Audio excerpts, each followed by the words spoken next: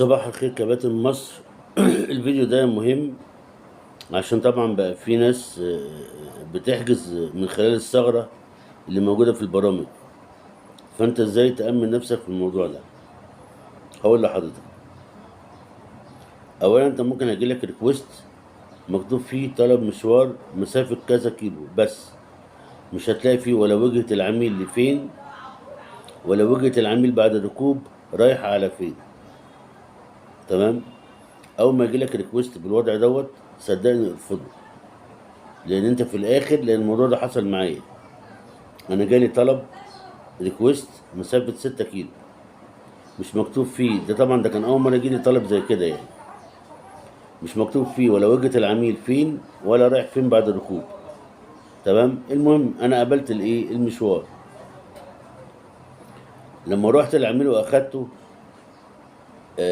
لاحظت حاجة برضو غريبة قوي، ان العميل عدى ال5 دقايق وبعد كده لقيت العداد بيعد تاني ابتداء من اول 5 دقايق من جديد. ده اول حاجة خلتني اقعد افكر ازاي دوت يحصل.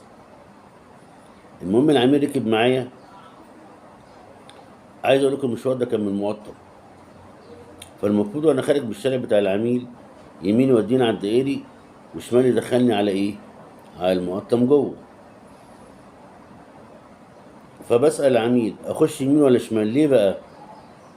لان برضه لو دخلت اليمين على الدائري هيبقى موجود بعديها بمسافة صغيرة اللي هو البنزين اللي على الدائري اللي تدخلك على الجامعة الحديثة.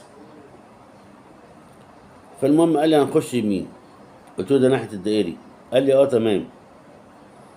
فمشيت كده، بعد ما مشيت ببص في الخريطة لقيت الخط ممتد اصلا مسافة طويلة لقدام، وانا اصلا بيني وبين الدخول للجامعة الحديثة من على الدائري حوالي تقريبا كيلو. فبقول له هو انت حضرتك انت رايح فين؟ قال لي انا رايح امبابة، والريكوست كان جاي لي ايه 6 كيلو بس. 6 كيلو دي مسافة حتى ده بالعافية توديك قبل المنيب.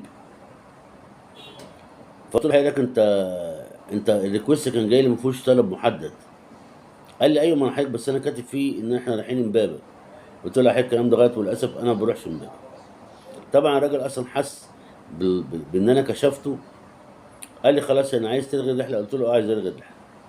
تمام. وبرضه ضميرا مني نزلته عند اول الجامعه الحديثه من على الدائري عشان يلاقي اي حاجه من هناك يركبها الوجهه اللي هو رايحها. فخدوا بالكم لما يجي لك طلب ريكويست ما يكونش فيه مكان العميل فين ولا رايح لفين، ما تقبلوش. الريكوست ده اولا بتبص تلاقيه بيبقى صغير جدا، مكتوب فيه ايه طلب مشوار مسافه كذا بس، بيكتب لك مثلا الكيلوات المفروض اللي هو طالب بيها، لان طبعا هو طالب من الثغره بتاعته. يعني تخيلوا لو انا كنت رحت المشوار دوت من المقطم لمبابه زي ما هو عايز، كنت هتحاسب في الاخر على 6 كيلو بس. فخدوا بالكم من الحاجات دي كلها. يا نهاركم سعيد وربنا يرزقنا جميعا. المره الجايه او الفيديو الجاي هكلمكم ازاي ان انت تقدر تشتغل عدد مشاوير كويسه، ده في ظل العروض الموجوده اللي هم بيقولوها. تمام. وبرضه هعمل لكم فيديو عن موضوع العروض ده، وان ازاي الشركه بتوفر من خلالك اصلا وتقريبا بتضحك عليك شويه.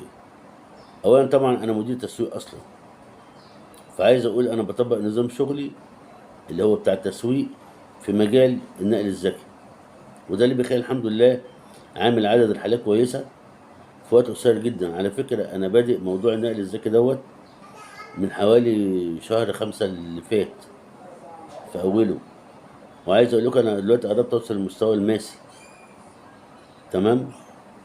بعمل ان شاء الله الفيديو الجاي هنتكلم عن ازاي انت تعمل عدد رحلات كتيره، تمام، وتستفاد باكبر دخل مادي في ظل العروض الموجوده دلوقتي. تمام. وفيديو تاني ازاي الشركه وفرت منك فلوس وتعبتك اكتر او شقتك اكتر. تمام. نهاركم سعيد. كان معكم احمد جيني من يوميات عماد وداليا، ونهاركم ابيض. السلام عليكم.